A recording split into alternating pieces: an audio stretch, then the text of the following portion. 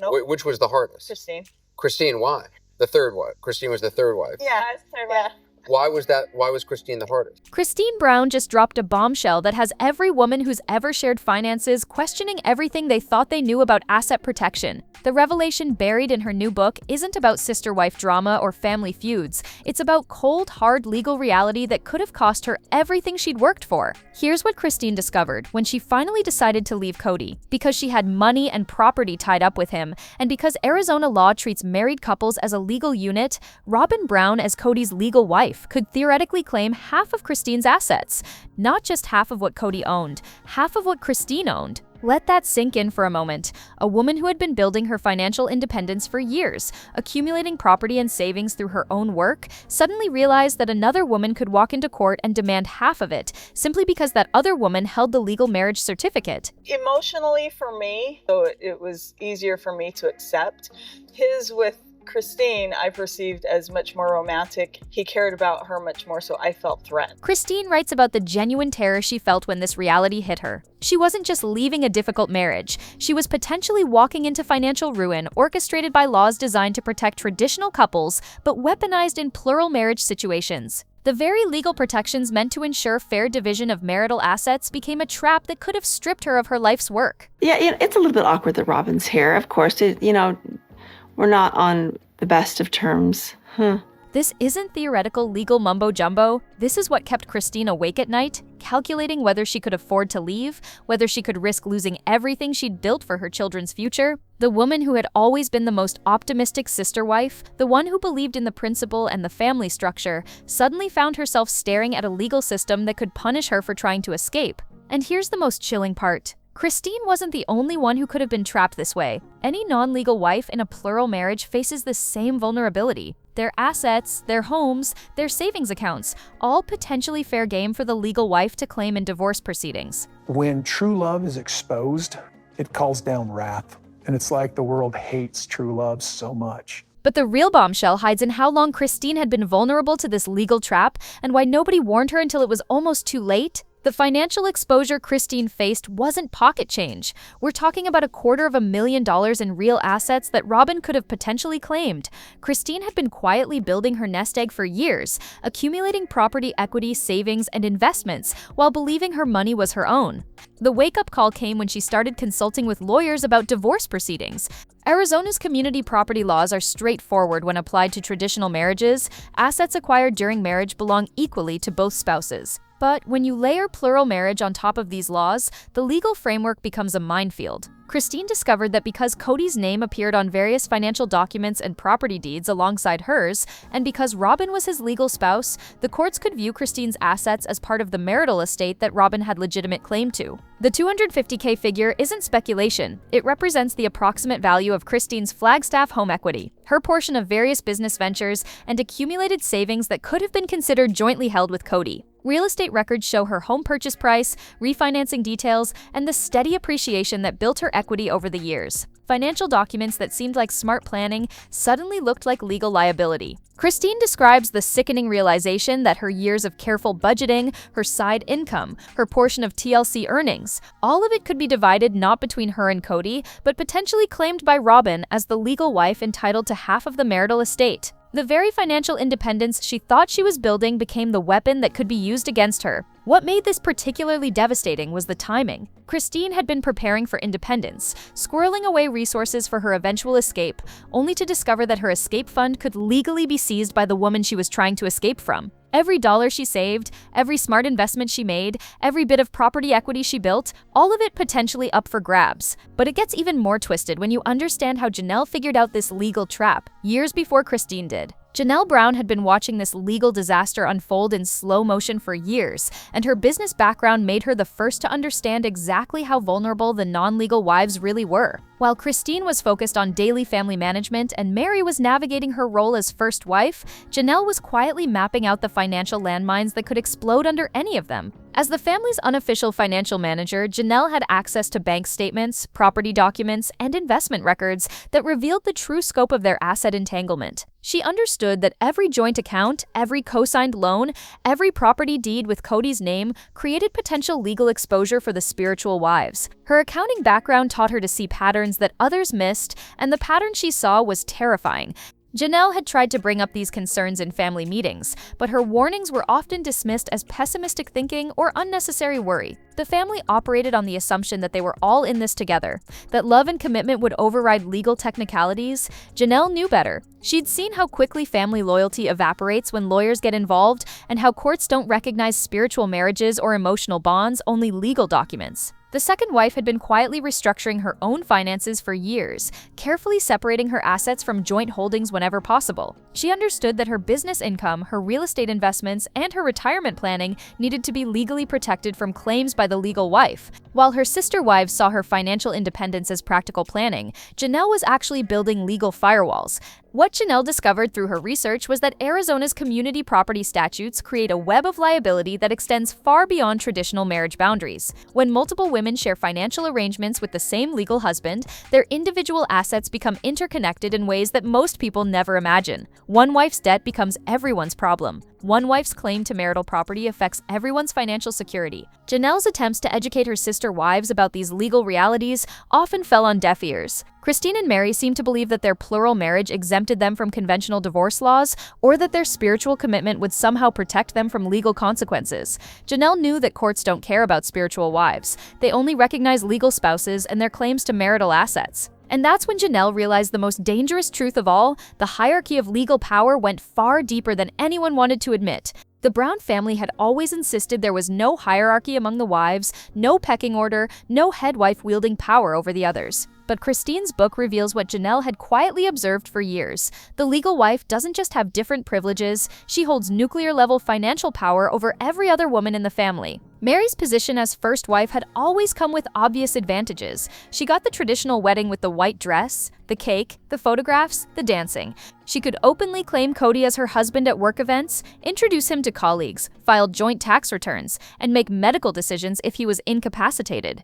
These weren't just symbolic differences, they were legal rights that created a fortress around her financial interests, while leaving the other wives completely exposed. But when Kody divorced Mary to legally marry Robyn, that fortress of legal protection transferred completely to the newest wife. Suddenly, Robyn held all the cards that Mary had wielded for decades. With one crucial difference, Robyn was entering this legal position after the family had accumulated significant wealth through their television show, business ventures, and real estate investments. The stakes were exponentially higher. Christine writes about the dawning horror of realizing that Robyn could claim half of everything, not just half of Kody's assets, but potentially half of what any wife owned, if those assets were legally entangled with Kody's finances. This wasn't theoretical legal theory, this was Arizona community property law applied to a plural marriage structure that created unintended consequences for everyone involved. The legal wife's power extended into every financial decision the family made: mortgage applications, business loans, investment accounts, insurance policies.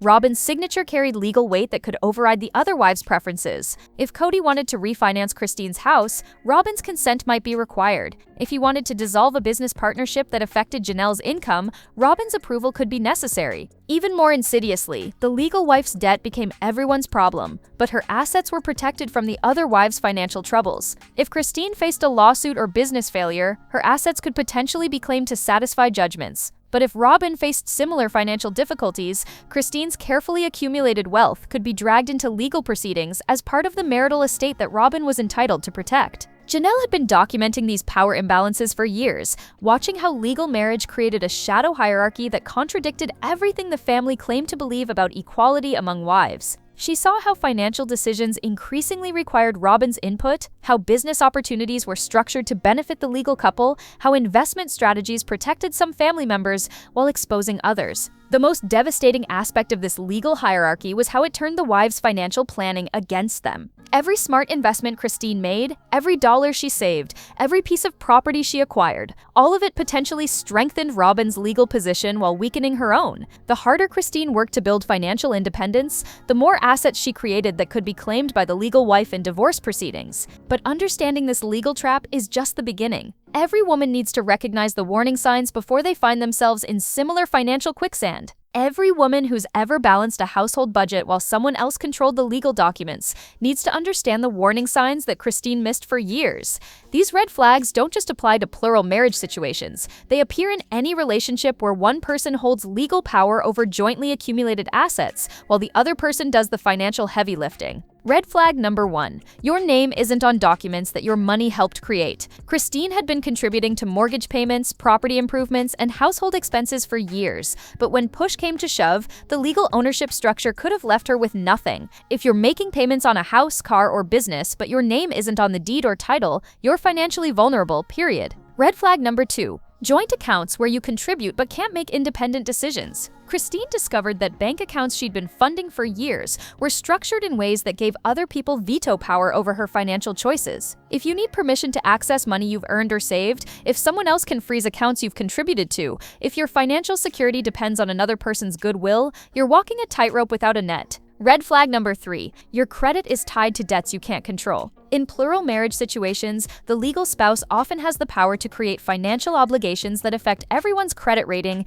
but only the legal spouse has decision-making authority. If your credit score can be damaged by financial decisions you have no voice in making, you need legal protection immediately. Red flag number 4. Retirement and investment accounts that aren't solely in your name. Christine had been building what she thought was her financial security, only to discover that legal marriage laws could give another woman claim to assets she'd never contributed to. If your retirement savings, investment accounts, or business interests could be claimed by someone who didn't help build them, you need to restructure immediately. Red flag number 5. Insurance policies and beneficiary arrangements that can be changed without your knowledge. The legal spouse often has the power to modify life insurance beneficiaries, health insurance coverage, and disability benefits that affect the entire family.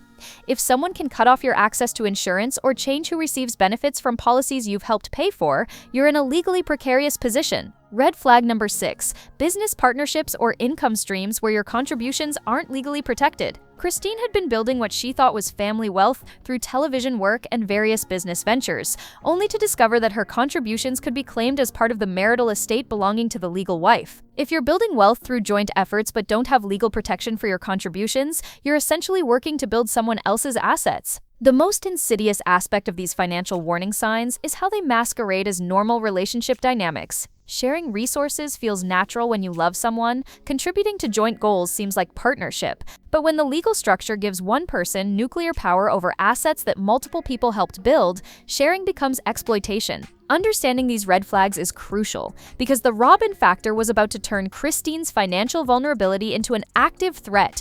When Kody divorced Meri to legally marry Robyn in 2014, Christine thought she was watching a bureaucratic shuffle designed to help with Robyn's adoption paperwork. What she didn't realize was that she had just witnessed the transfer of nuclear financial power to the one person in the family who had the least invested in their collective success and the most to gain from its destruction. Robyn entered the Brown family as the 4th wife in 2010, bringing 3 children from her previous marriage and a mountain of debt that the family absorbed as their own responsibility. Unlike Christine, Janelle, and Meri, who had spent decades building the Brown family wealth through sacrifice, hard work, and shared struggles, Robyn arrived with financial baggage and immediately began benefiting from everyone else's accumulated assets. The timing of Robyn's legal marriage to Kody couldn't have been more strategically advantageous for her financial position. By 2014, the family had been earning substantial income from their TLC show for several years.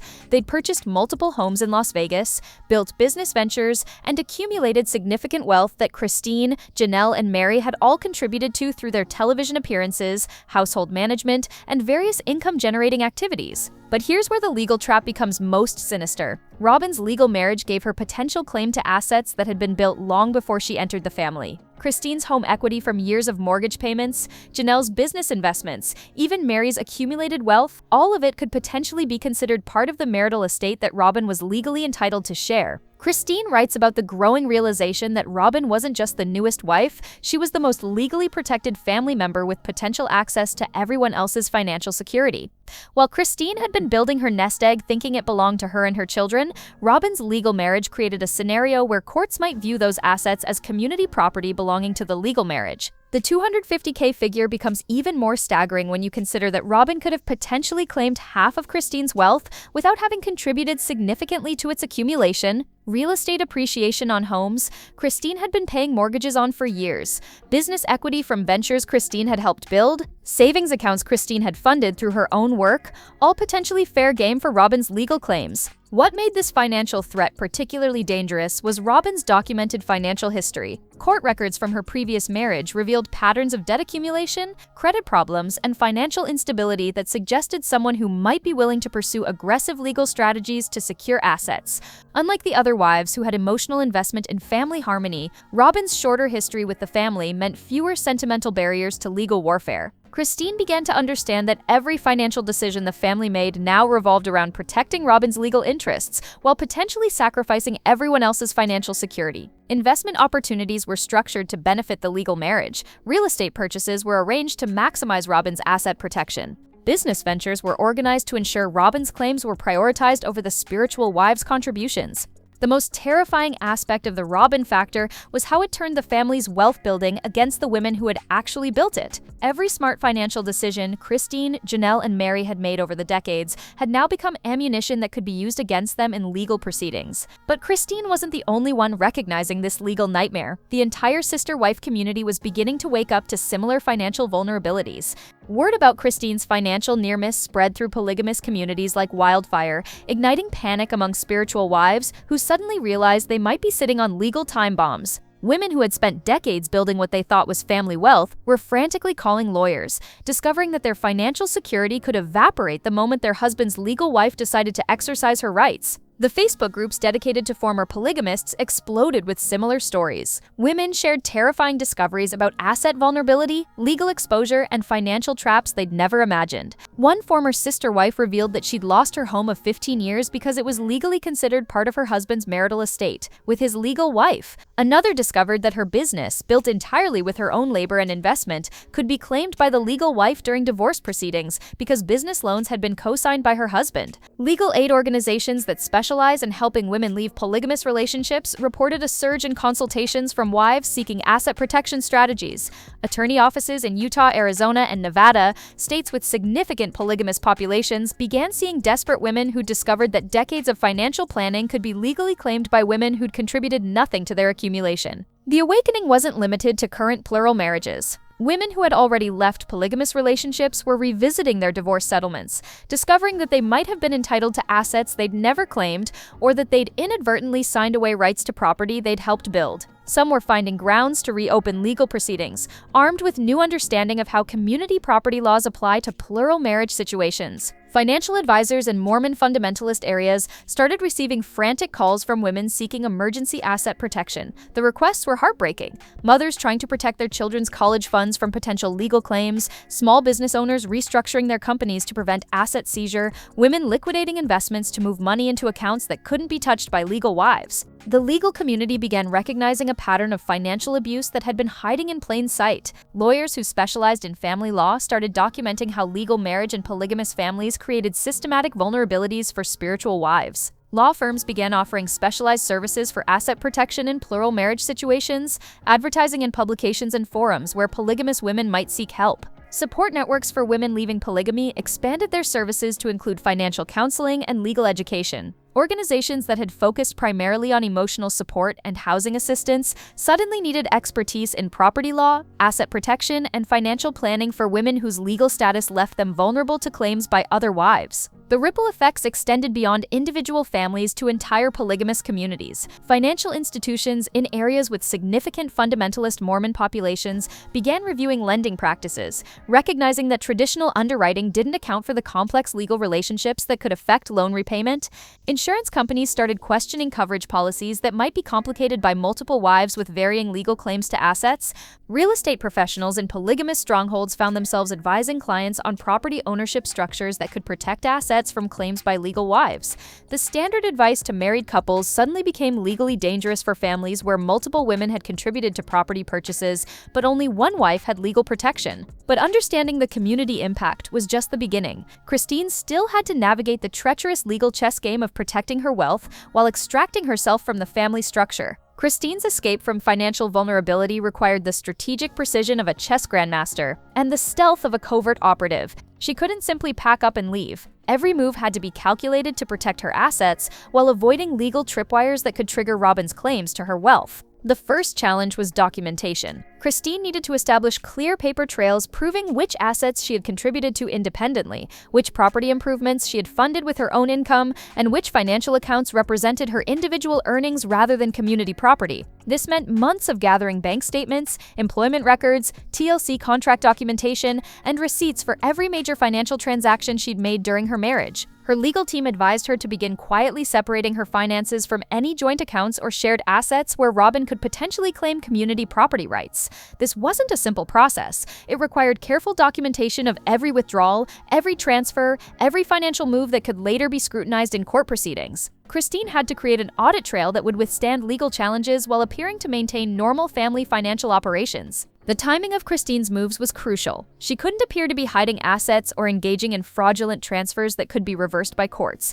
Instead, she had to legitimately restructure her finances in ways that protected her individual property rights while staying within legal boundaries. This meant consulting with forensic accountants who specialized in untangling complex family financial structures. Real estate presented the biggest challenge. Christine's Flagstaff home represented her largest single asset, but the property's ownership structure potentially gave Kody, and by extension Robyn, legal claims that could survive divorce proceedings. Christine's legal strategy involved careful analysis of mortgage payments, property improvements, and equity contributions to establish her individual ownership rights separate from any community property claims. Business assets required equally delicate handling. Christine's income from television appearances, social media partnerships, and various business ventures needed to be clearly separated from any joint family enterprises that could be claimed as community property. This meant restructuring business relationships, renegotiating contracts, and ensuring that future income would flow directly to accounts that Robyn couldn't touch. The psychological pressure of this financial chess game was enormous. Christine had to maintain normal family relationships while secretly repositioning her assets for legal protection. She couldn't let Robyn or Kody suspect that she was preparing for departure, because any hint of her strategy could prompt preemptive legal action to freeze assets or establish community property claims. Insurance policies, retirement accounts, and investment portfolios all required careful review and potential restructuring. Christine's legal team had to analyze every financial instrument to determine whether it could be claimed as community property and develop strategies to protect her individual interests. This often meant changing beneficiaries, restructuring account ownership, or liquidating positions to move assets into protected categories. The most delicate aspect of Christine's financial extraction was timing the legal filing of her separation to maximize asset protection while minimizing Robyn's opportunity to establish competing claims. This required coordination between multiple attorneys, financial advisors, and accountants to ensure that every legal document was filed in the correct sequence to protect Christine's interests. Throughout this process, Christine was building documentation, not just for her own protection, but potentially for other women facing similar legal vulnerabilities. Her case was becoming a template for how spiritual wives could protect themselves from the financial predation that polygamous legal structures make possible. But the implications of Christine's legal nightmare extend far beyond individual family drama. They reveal systematic financial abuse tactics that every woman should recognize. Christine's financial nightmare exposes a sophisticated system of economic control that extends far beyond polygamous marriages into mainstream relationships where one partner weaponizes legal structures against the other.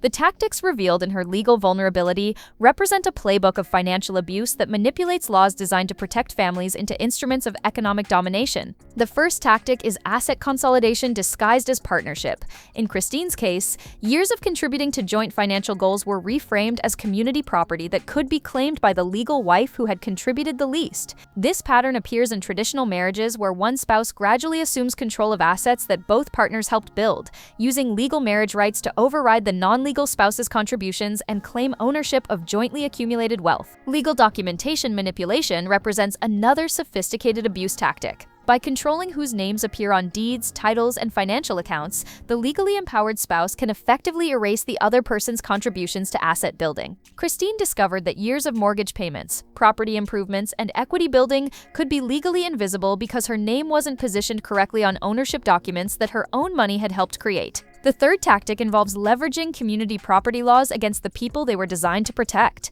Arizona's community property statutes assume that married couples are working together towards shared financial goals. But in polygamous structures or in traditional marriages where one spouse is manipulating legal frameworks, these protective laws become weapons that allow legal spouses to claim assets they never contributed to, while protecting their own individual wealth from similar claims. Financial isolation through legal complexity represents perhaps the most insidious abuse tactic. Victims often don't understand their vulnerability until it's too late to protect themselves. Christine spent years building what she thought was her individual wealth, unaware that legal structures were creating claims against her assets that could be exercised by someone else entirely. This isolation through complexity keeps victims financially vulnerable while giving them the illusion of security. The weaponization of debt represents another sophisticated financial abuse strategy. While Christine's assets could potentially be claimed by the legal wife, Christine could simultaneously be held responsible for debts that Robyn accumulated as the legal spouse. This creates a devastating double bind where victims lose access to assets they helped build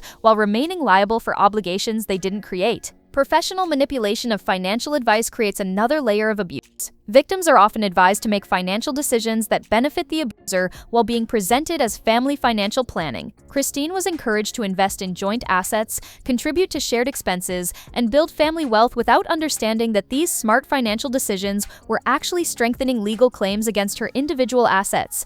The legal system's inability to recognize these abuse patterns enables continued financial exploitation. Courts applying traditional family law frameworks to complex relationship structures often can't distinguish between legitimate community property division and systematic financial abuse disguised as legal asset division. This financial abuse system works because it exploits the gap between legal protection and practical relationship dynamics. Victims contribute to asset building under the assumption that their contributions create ownership rights, while abusers use legal frameworks to consolidate control over assets they didn't necessarily help accumulate. The broader implications extend to any relationship where legal marriage rights are used to override individual contributions, where community property laws are weaponized against the people they were designed to protect, and where financial complexity is used to hide systematic economic abuse. Understanding these broader patterns is crucial because Christine's story isn't over. Her current legal status and the protections she's built reveal how women can fight back against financial predation. Christine Brown emerged from her legal nightmare with her financial security intact,